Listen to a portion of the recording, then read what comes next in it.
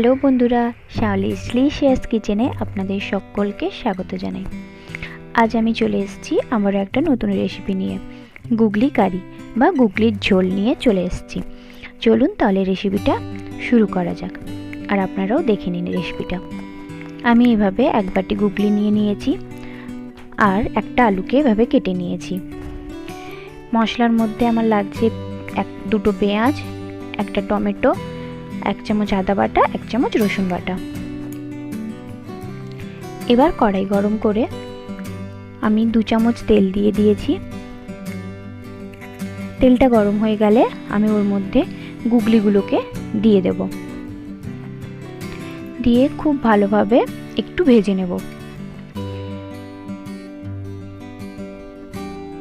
আমি আগে থেকেই গুগলিটা খুব ভালোভাবে ধুয়ে পরিষ্কার করে রেখেছিলাম।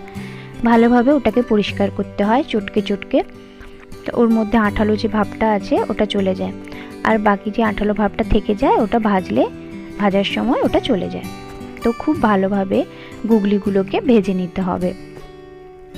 অল্প একটু লবণ আর হলুদ দিয়ে আমি গুগলিগুলোকে ভেজে নিয়েছি। দেখুন একদম ভাজা হয়ে গেছে আমার, আমি তুলে নিয়েছি। এবার ওই সেম কড়াইতেই আমি কড়াইটা আবার একবার ধুয়ে আমি গুগলিগুলোকে আর একবার নেড়ে নেব।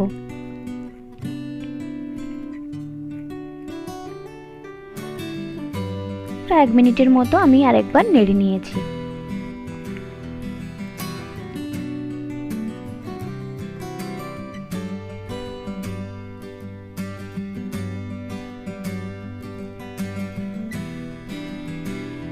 ভালোভাবে ভেজে নিলে ওর গন্ধটা থাকে না। এবার সেম কড়াইতে 1 চামচ তেল দিয়ে কেটে রাখা আলুগুলোকে ভালোভাবে লাল করে একটু ভেজে নেব। আলুগুলোকেও আমি তুলে নিচ্ছি, আমার ভাজা হয়ে গেছে। এবার কড়াইতে আমি 2 চামচের মতো সরষের তেল দিয়ে দিলাম। ওর মধ্যে একটা শুকনো লঙ্কা, তেজপাতা, 2টো এলাচ আর 2টো লবঙ্গ দিলাম। একটু নেড়ে চেড়ে নেওয়ার পর ওর মধ্যে কুচিয়ে রাখা পেঁয়াজগুলো আমি দিয়ে দেব।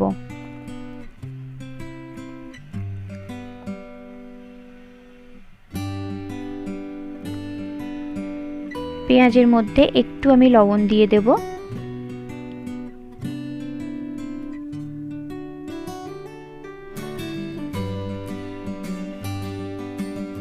পেঁয়াজ ভাজতে তো একটু টাইম লাগে, তাই লবণটা দিলে পেঁয়াজটা তাড়াতাড়ি ভাজা হয়ে যায়।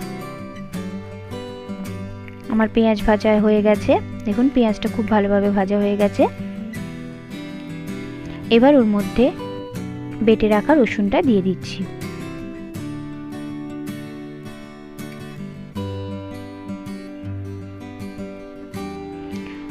রসুনটা একটু ভেজে নেওয়ার পর আমি কুচিয়ে রাখা টমেটোগুলো দিয়ে দিলাম। টমেটোটা গলে যাওয়া পর্যন্ত আমি অপেক্ষা করব। টমেটোটা দেখুন একদম গলে গেছে। এবার আমি ওর মধ্যে আদা বাটা দিয়ে দিচ্ছি।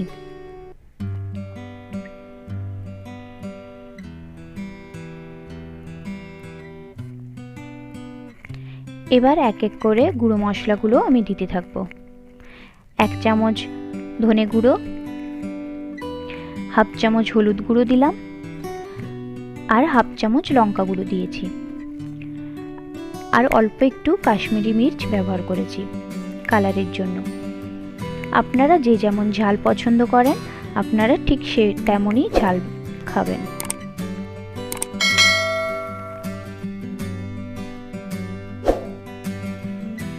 এবার অল্প অল্প জল দিয়ে আমি মশলাটাকে খুব ভালোভাবে কষিয়ে নেব।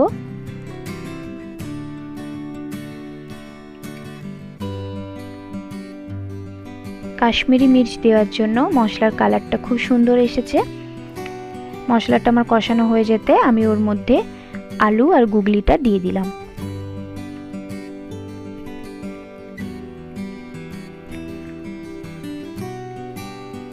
আলু আর গুগলিটা খুব ভালোভাবে আমি কষিয়ে নেব। একটু জল ব্যবহার করলাম, যেহেতু আমার নিচে লেগে যাচ্ছিল, তাই একটু জল দিয়ে আমি খুব ভালোভাবে আবারও কষিয়ে নেব।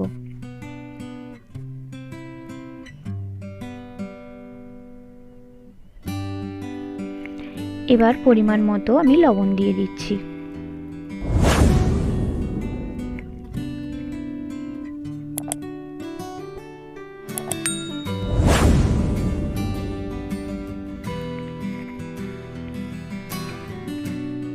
এবার তরকারিতে 1 বাটি মতো জল দিলাম, দিয়ে আমি তরকারিটা ফুটতে দেব যাতে আলুটা খুব ভালোভাবে সেদ্ধ হয়ে যায়। এবার ঢাকা দিয়ে কিছু সময়ের জন্য আমি হতে দেব।